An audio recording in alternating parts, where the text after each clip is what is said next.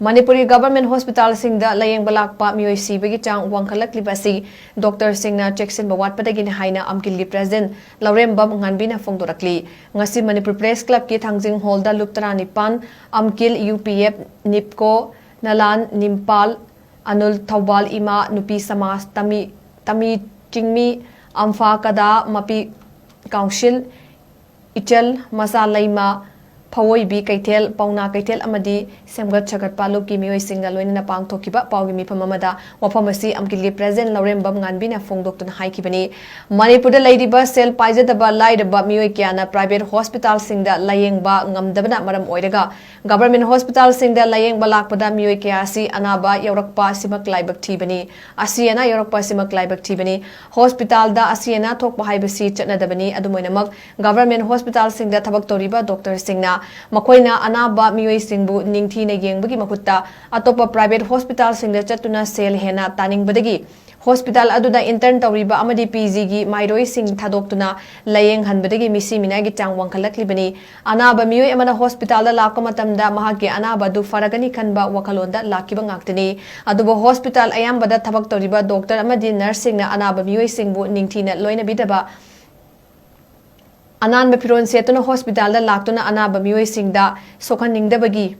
Chatnabi ama Lairakliba Asi Doctor Amadi Nurse Tamba Haurakpada Anaba Meeoi Singbu karamna loina gani haiba ningthina takpi tambiba pami loina India gi tongan by state single laidiba hospital singdagi doctor amana mahaki patient ama layengba matamda soida ngamdana atop doctor kaya tanaduna layengba chathai kariso laitaba minor case amagi Laiyengba Lakpa Meeoi kaya government hospital singda sibagi wathok thokliba si mathangda thoktanaba Dr. Singna Cheksinba amadi government hospital singda thabak toriba doctor kayana masagi clinic hangdokpada natana private hospital kyada thabak tawduna government hospital da ningthina thabak tawdriba sing athugo matamda thadokpiu karigumba luptara nipana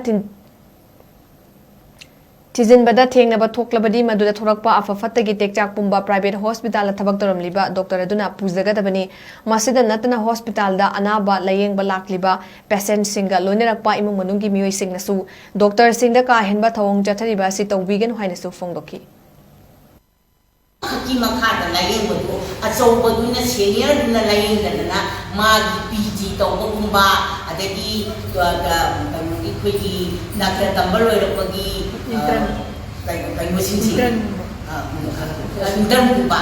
kuba kangbu singchini yengeba intern kuba kangbu singchini yengba matamda tasirang ki mosu khangnana be yengbani mani yaya khoi adubu tawba khaktadi senior da consult tawraga gari hida thagani gari tawgani haibse kupna nainara kanda adagi senior duna adudi adu tawba tawbani adudi adu tawba tawbani haidana kupna tawraga da mokota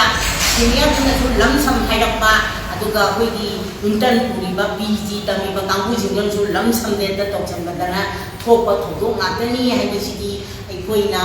hoigi siriba Meeoi singdagi aduga mafamduda inquiry chapata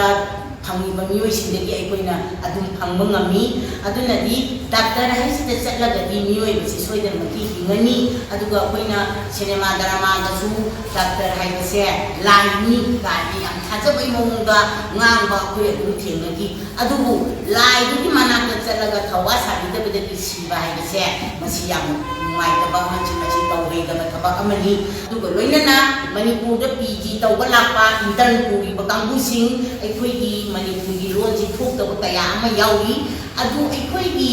maitai masana outside da doctor oibu matamda nurse oibu matamda mafam dugi lon kadana ngang na pogone ngang aduga sidana makhoi lon duga ngang abanina patient sing duga kari hairi no kari aikhoina hairi ji kari hairi no mana hairi jina kari no khangdaba lamsam du kuyengi mase masi tawai biganu